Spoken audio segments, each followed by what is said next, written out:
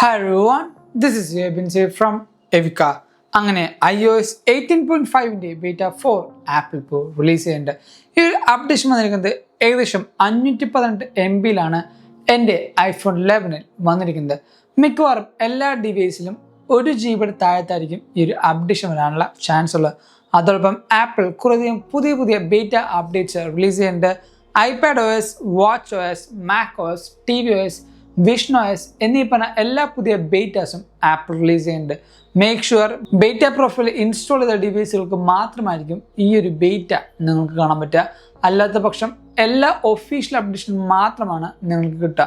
ആ ഒരു കാര്യം നിങ്ങൾ എന്തായാലും ഓർത്തിരിക്കുന്നതാണ്. സോ തുടക്കം തന്നെ നമ്മുടെ ഈ ഒരു അപ്ഡേഷൻ്റെ ബിൽ നമ്പർ സ്റ്റാർട്ട് ചെയ്യാം. നേരെ സെറ്റിംഗ്സിലേക്ക് പോവാം.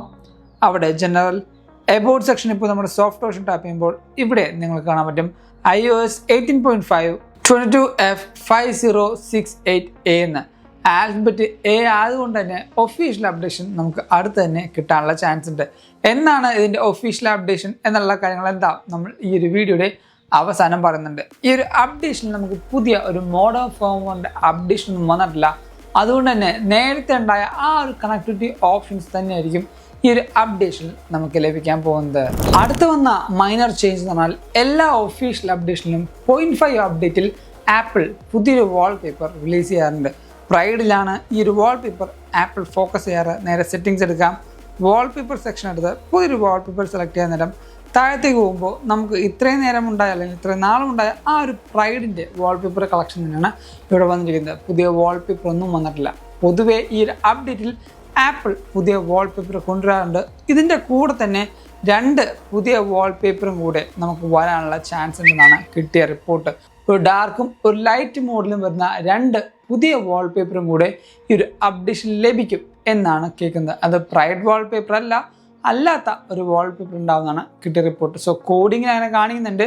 ഈ പറഞ്ഞ കോഡിങ് മാത്രം നമുക്ക് വിശ്വസിക്കാൻ പറ്റില്ല. കാരണം iOS 18.2 അപ്ഡേഷൻ്റെ കോഡിങ്ങിലാണ് ബാറ്ററി ഇൻ്റലിജൻസ് എന്ന ഓപ്ഷൻ വരുമെന്ന് നമുക്ക് കിട്ടിയത്. ആ ഒരു കോഡിംഗ് അനുസരിച്ച് ഈ ഒരു സാഹചര്യത്തിൽ നമുക്ക് ആ ഒരു ഓപ്ഷൻ ലഭിക്കുന്നതാണ്. എന്നിട്ടും iOS 18.5 ആയിട്ട് പോലും ആപ്പിൾ ആ ഒരു ബാറ്ററി ഇൻ്റലിജൻസ് എന്ന ഓപ്ഷൻ ഇൻട്രൊഡ്യൂസ് ചെയ്തിട്ടില്ല. മേ ബി അത് iOS 19 ആപ്പിൾ അത് മാറ്റി വെച്ചിരിക്കുന്നത്. ആ ഒരു ചെറിയ മാറ്റം ഈ പറയുന്ന വാൾപേപ്പറിൽ വരാനുള്ള ചാൻസ് ഉണ്ട്. അടുത്ത വന്നിരിക്കുന്ന മാറ്റം എന്ന് പറഞ്ഞാൽ ഇപ്പോഴും നമ്മുടെ iOS 18.5 വന്നിട്ടും ആപ്പിളിലെ റീസെൻ്റ്ലി ഡിലീറ്റഡ് ഓപ്ഷനിൽ നേരത്തെ വന്ന ചേഞ്ച് ആപ്പിൾ തിരിച്ചു കൊണ്ടുവന്നിട്ടില്ല. ബീറ്റ 1 നമുക്ക് ഇവിടെ കുറച്ചധികം ഓപ്ഷൻസ് ആപ്പിൾ ഇൻട്രൊഡ്യൂസ് ചെയ്തായിരുന്നു. ആ ഒരു ഓപ്ഷൻ ബീറ്റ 2 മുതൽ ആപ്പിൾ റിമൂവ് ചെയ്തു. ഇതേ സെയിം ഓപ്ഷൻ തന്നെയായിരുന്നു iOS 18.4 ആപ്പിൾ കൊണ്ടുവന്നത്. ആ ഒരു ഓപ്ഷൻ ബാക്കി വന്നിരുന്ന ഒരു അപ്ഡേറ്റിലും ആപ്പിൾ തിരിച്ച് റീഇൻട്രൊഡ്യൂസും ചെയ്തിട്ടില്ല. അതോടൊപ്പം ആക്സസിബിലിറ്റിയിലും നമുക്ക് സെയിം ഇതേപോലെ തിരിച്ചു കൊണ്ടുവരാത്ത അല്ലെങ്കിൽ മാറ്റാത്ത ഒരു ഫീച്ചർ കാണാൻ പറ്റും. നേരെ സെറ്റിംഗ്സ് എടുക്കാം. ഇവിടെ ആക്സസിബിലിറ്റി താഴത്തേക്ക് പോയി ടച്ച് എന്ന ഓപ്ഷൻ എടുക്കാം.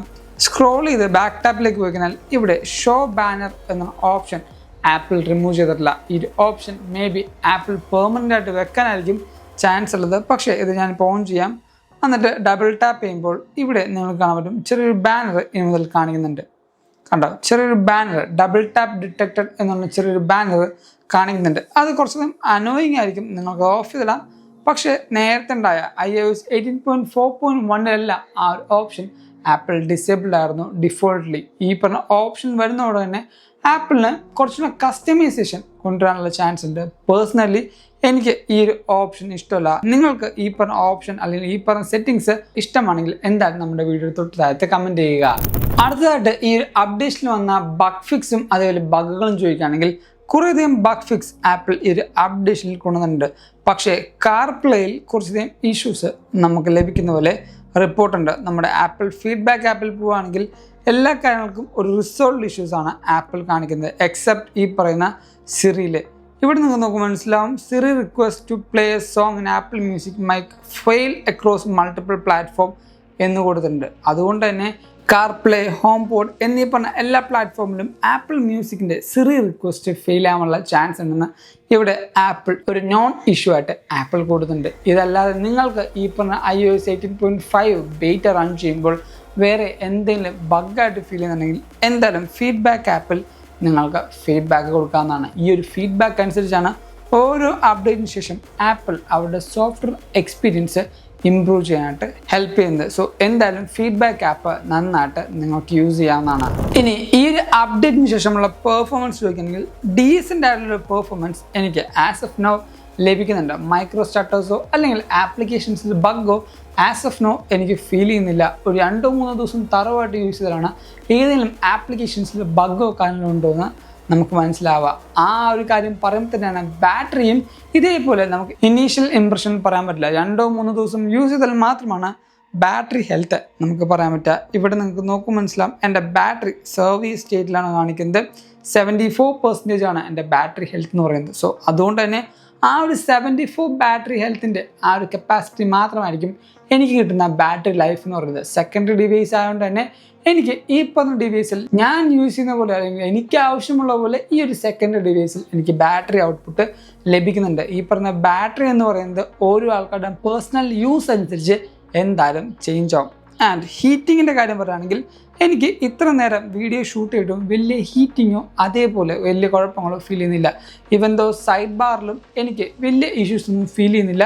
നോർമൽ സ്റ്റേറ്റിൽ തന്നെയാണ് എൻ്റെ ഡിവൈസ് ഇത്രയും നേരം ഞാൻ വീഡിയോ ഷൂട്ട് ചെയ്യുമ്പോഴും എനിക്ക് ആ ഒരു ടെമ്പറേച്ചർ ഫീൽ ചെയ്യുന്നത്. കുറേയധികം കൂട്ടുകാർക്ക് ഈ പറഞ്ഞ ഡിവൈസ് അപ്ഡേറ്റിന് ശേഷം നല്ല രീതിയിലുള്ള സ്റ്റോറേജ് കൺസ്യൂം ചെയ്യാറുണ്ട്. സെറ്റിങ്സ് എടുക്കാം, ഇവിടെ ഈ പറഞ്ഞ ജനറൽ, അതിനുശേഷം സ്റ്റോറേജ് എടുക്കുമ്പോൾ കുറേയധികം കൂട്ടുകാർക്ക് അൺവാണ്ടായ കുറേയധികം സ്റ്റോറേജ് കൺസ്യൂം ചെയ്യാറുണ്ട്. താഴത്തേക്ക് സ്ക്രോൾ ഡൗൺ ചെയ്യുമ്പോൾ ഈ ഒരു ഓപ്ഷൻ നിങ്ങൾക്ക് നോക്കുമ്പോൾ ചില കൂട്ടുകാർക്ക് 20 GB വരെ iOS ഡാറ്റയും സിസ്റ്റം ഡാറ്റയും കൺസ്യൂം ചെയ്യാറുള്ള ചാൻസ് ഉണ്ട്. ഈ പറഞ്ഞ സിസ്റ്റം ഡാറ്റയൊക്കെ നമുക്ക് കുറയ്ക്കണമെങ്കിൽ സഫാരിയിലെ കുറേയധികം ബ്രൗസേഴ്സും അതേപോലെ കുക്കീസും നമുക്ക് റിമൂവ് ചെയ്യുകയാണെങ്കിൽ അല്ലെങ്കിൽ ഈ പറഞ്ഞ ഡിലീറ്റ് ചെയ്യുകയാണെങ്കിൽ സിസ്റ്റം ഡാറ്റ നമുക്ക് കുറച്ചധികം കുറയ്ക്കാനായിട്ടുള്ള ആ ഒരു സ്പേസ് മെയിൻറ്റെയിൻ ചെയ്യാവുന്നതാണ്. ഈ ഒരു സ്റ്റോറേജും കുറേയധികം പേർക്ക് കിട്ടുന്ന കുറേയധികം ബഗ്ഗുകളും അതേപോലെ അൺവാണ്ടായ ആപ്ലിക്കേഷൻസും ഫയൽസും ഇൻക്ലൂഡ് ആകുമ്പോൾ ഫോണിലെ സ്റ്റോറേജും കുറയാനുള്ള ചാൻസ് ഉണ്ട്. എന്നാണ് iOS 18.5 ഒഫീഷ്യലി റിലീസ് ആകാൻ പോകുന്നതെന്ന് വെച്ചാൽ ആപ്പിൾ ഇപ്പോൾ ഒരു മൺഡേ വീക്ക്ലി സൈക്കിളാണ് ഫോളോ ചെയ്യുന്നത്. അതുകൊണ്ട് തന്നെ May 5-6 ഒക്കെ ആകുമ്പോഴത്തേക്ക് നമുക്ക് RC റിലീസ് എന്തായാലും ലഭിക്കാനുള്ള ചാൻസ് ഉണ്ട്. അതിനുശേഷം സെക്കൻഡ് വീക്കുള്ള 12-13 ഉറപ്പായിട്ടും നമുക്ക് RC2 ഇല്ലെങ്കിൽ ഒരു ഒഫീഷ്യൽ അപ്ഡേഷൻ തന്നെയാണ് വരാനുള്ള ചാൻസ്. 12-13 ഈ പറഞ്ഞ ഇന്ത്യൻ സ്റ്റാൻഡേർഡ് ടൈം അനുസരിച്ച് രാത്രി 10:00 ഇവിടെ നമുക്ക് റിലീസ് ആവാനുള്ള ചാൻസ്. അതോടൊപ്പം തന്നെ ഈ പറഞ്ഞ അപ്ഡേഷനിൽ വാൾപേപ്പറും ചെറിയ ചെറിയ മൈനർ ചേഞ്ചസും വരാനുള്ള ചാൻസ് ഉണ്ട്. ഈ ഒരു അപ്ഡേറ്റിന് ശേഷം തന്നെ മെയ് മാസത്തിൽ നമുക്ക് iOS 18.6 ഒരു ബീറ്റ 1 നമുക്ക് ലഭിക്കും. ആൻഡ് ഏറ്റവും കൂടുതൽ ആൾക്കാർ ഇപ്പോൾ ഫോക്കസ് ചെയ്യുന്നത് ജൂൺ 9 ഡബ് 25 ജൂൺ 9 തന്നെയായിരിക്കും iOS 19 developer beta 1 apple release ചെയ്യാൻ പോകുന്നത്. സോ ഡെവലപ്പേഴ്സ് ആയിട്ടുള്ള എല്ലാ യൂസേഴ്സിനും iOS 19 നമുക്ക് യൂസ് ചെയ്യാൻ പറ്റുന്നതാണ്. ഇതൊക്കെയാണ് iOS 18 19 പ്രൊഡിക്ഷൻ ലൈൻ എന്ന് പറയുന്നത്.